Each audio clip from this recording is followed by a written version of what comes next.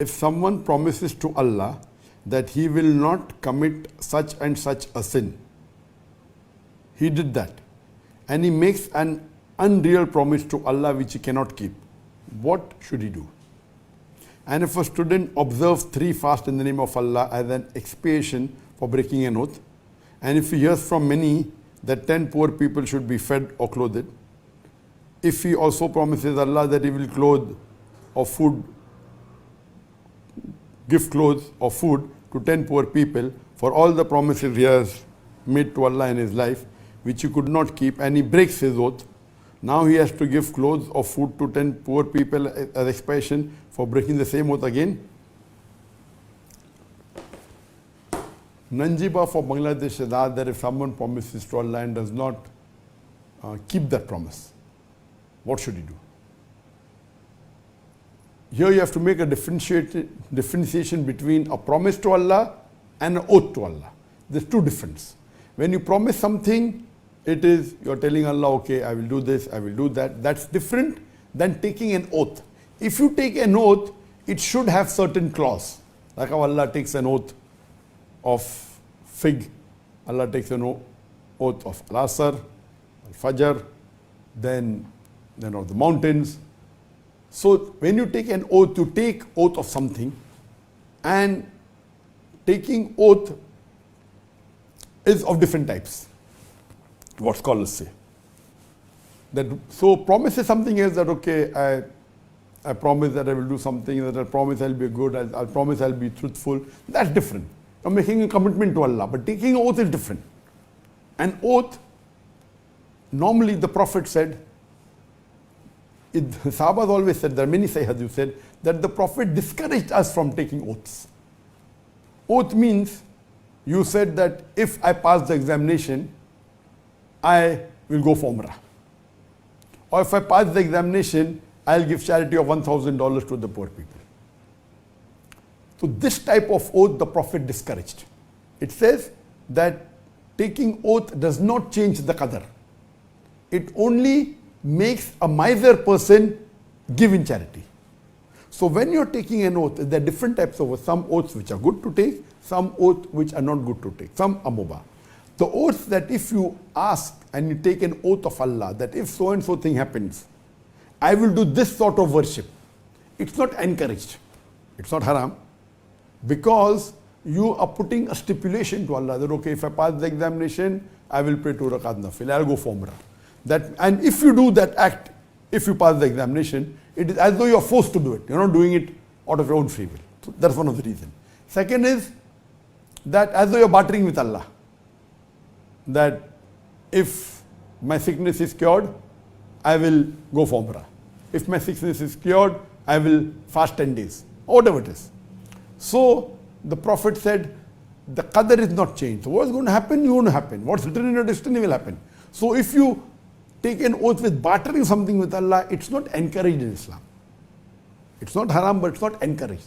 The Prophet said it only makes a miser person give charity. So miser person says that okay, if I get healthy, I will give $1,000. Okay, the miser person doesn't give charity, so at least he'll give $1,000. So the Prophet personally preferred give charity. Okay, I have decided I'll give charity today, $1,000. Very good.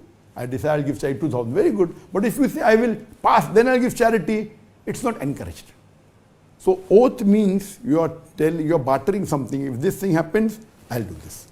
So these sides of oath, Allah says in the Quran, in Surah Maida, chapter number 5, verse number 89, that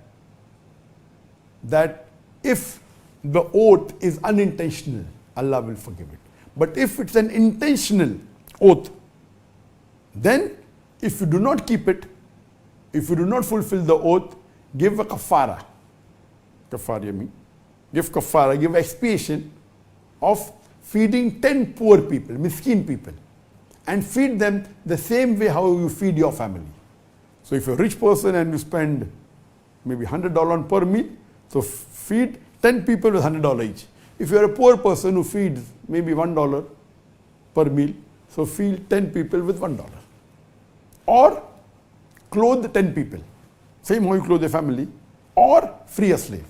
So this is the condition put by Allah subhanahu wa ta'ala in Surah Ma'idah chapter number 5 verse number 89, that if it's unintentional oath, Allah will forgive you, but if it's intentional, and if it is oath done by you, and if you do not fulfill it, feed 10 people, poor people, how you feed your family, or clothe 10 people, or you free a slave. If you cannot do this, then you fast for 3 consecutive days. So if you make an oath, the best the Prophet said is do it, as long as the oath is not a haram oath. Now there are some oaths which are haram. For example, you say that I will go to Dargah and put 10 candles on the Dargah. So this is wrong. Or if you say that I have taken an oath or we have done commitment. One is a commitment, one is a promise, there is a difference. And if you say that if this thing happen, I'll do this, if this thing happen, I'll do idol worship. Idol worship is haram. So anything you say, if I pass the examination, I will do idol worship. Idol worship is haram. So in these conditions, if you take an oath of doing a sin, then the Prophet said, don't do the sin, give the kafara. So if you have given an oath to commit a sin, or given a promise to commit a sin, don't do that sin, do a kafara of feeding 10 people, or clothing 10 people, or freeing a slave. If you cannot afford it, then you can fast for 3 consecutive days. There are some things which is not a sin, but you can't afford to do. You say that if I pass the examination, I will give $10,000 charity. You don't even earn $1,000, I will give $10,000. Suppose you say that if I pass the examination, I'll go for Hajj, and you're sick. You can't, that hell doesn't permit you. So if you make an oath which you cannot fulfill, it's not a haram oath. Going to Hajj is good. Giving 10,000 charity is good. So then you give kafara. That is feed 10 people, poor people, equivalent to how you feed your family, or clothe 10 people, or free a slave. If you can't afford this, then fast 3 consecutive days. So one oath which is haram, you should not do it, only give kafara. One oath is which you have committed but you cannot do it because you can't afford to do it, or you're not healthy, you don't have the money. Then the third type is which is mubah. Okay, if I pass, I will give charity, and you have the money, then you give charity. This is optional. One thing is there which is oaths which are good. That you have said you'll do this without putting a condition to Allah subhanahu wa ta'ala. I have committed to Allah that this year I'll give charity of $10,000. And your business goes down. Oath is good. It's not against anything. It's not saying that only if this happened. You have given a commitment. You have given an oath to Allah that this thing I will do this year. And your business goes down. So you had the intention. So if you're given the oath and your business goes down, you cannot give $10,000. Okay, feed 10 people. Can't feed 10 people, clothe 10 people, or free a slave. Cannot do this, fast 3 consecutive days.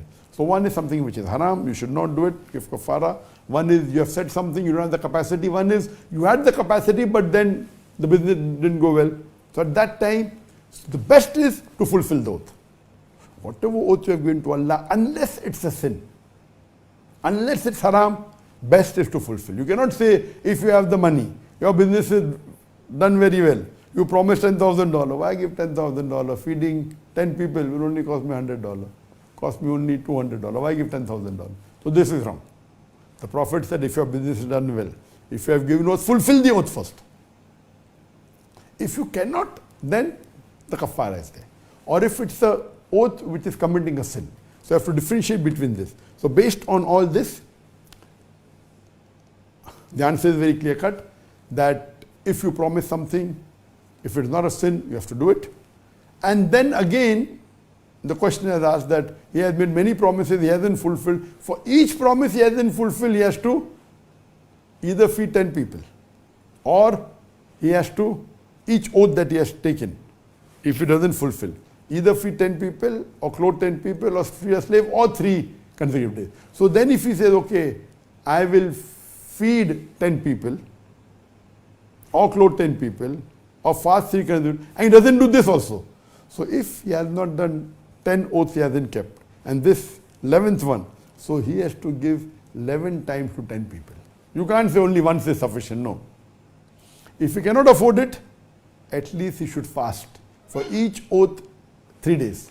So if 10 oaths he has taken and he has not fulfilled it, then he has to fast 10 into 3, 30, 3 consecutive days. If you want to take a gap, again 3 consecutive days.